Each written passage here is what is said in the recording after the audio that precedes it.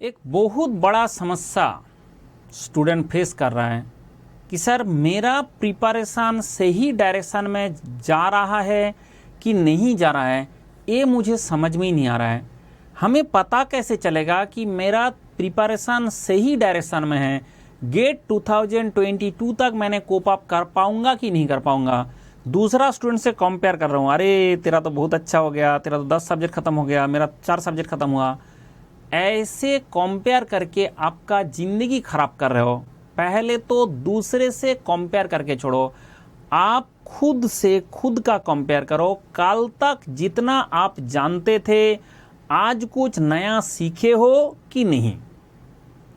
अगर आज कुछ नया सीख रहे हो एंड उसको अप्लाई करके प्रीवियस ईयर क्वेश्चन सॉल्व कर पा रहे हो, इसका मतलब आपका प्रिपरेशन सही डायरेक्शन में जा रहा है। अब आपको डिसाइड करना है कि आप कितना सब्जेक्ट मानते हो खुद से कि मेरा ये प्रिपरेशन हो चुका है।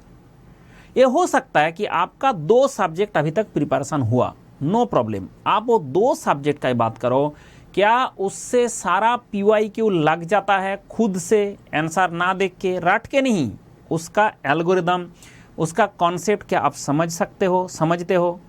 उसका टेस्ट दो एंड 2-3 पहले टेस्ट जो आप दिए थे उसका भूल जाओ। आपने 4-5 टेस्ट देने के बाद क्या आपका मार्क्स इंप्रूव हुआ है?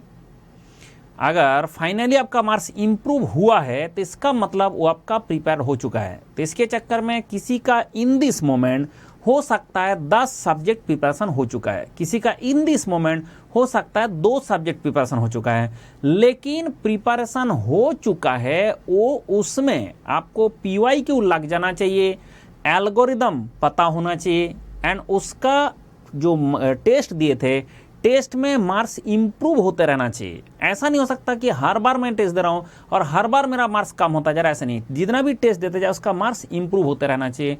इसका मतलब आपका डायरेक्शन सही है। एंड दूसरा बात, इन दिस मोमेंट बाकी दुनिया से किसी से अपना कंपेयर मत करें, क्योंकि वो कंपैरिजन ही आपको धकेल देगा उल्टा तरफ। क्योंकि ये बहुत बड़ा चीज है, क्योंकि आप अभी भी आपके पास टाइम है कि आप 100% डेडिकेशन के साथ प्रिपरेशन करके, अगर 2 सब्जेक्ट भी हो चुका है, आप पूरा गेट में टॉप कर सकते हो।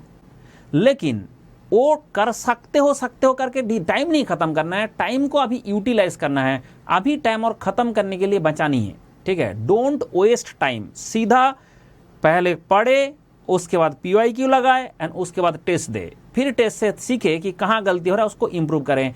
ऐसे करते करते जब तक 13 फरवरी आएगा, जब मैकेनिकल का टेस्ट होगा, तब तक आप 100% प्रिपेयर्ड हो जाओगे। लेकिन अभी आप जंच ना करें कि मेरा प्रिपरेशन कितना हुआ, कितना बचा है, कैसे हो पाएगा, नहीं हो पाएगा। तो उससे अच्छा है कि हम इंप्रूव करने में लगे रहे। एंड जो मैंने बताया था, एक टॉपिक लिस्ट दिया था, वो टॉपिक लिस्ट इसका डिस्क्रिप्शन बॉक्स में है, वो टॉपिक लिस्ट में टिक करते रहे, उससे भी आपको दिखाई दे देगा कितना हुआ और कितना बचा है। मेरे पीछे बैकग्राउंड में एक टाइटल दिख रहा है, and you know slow and steady win the race.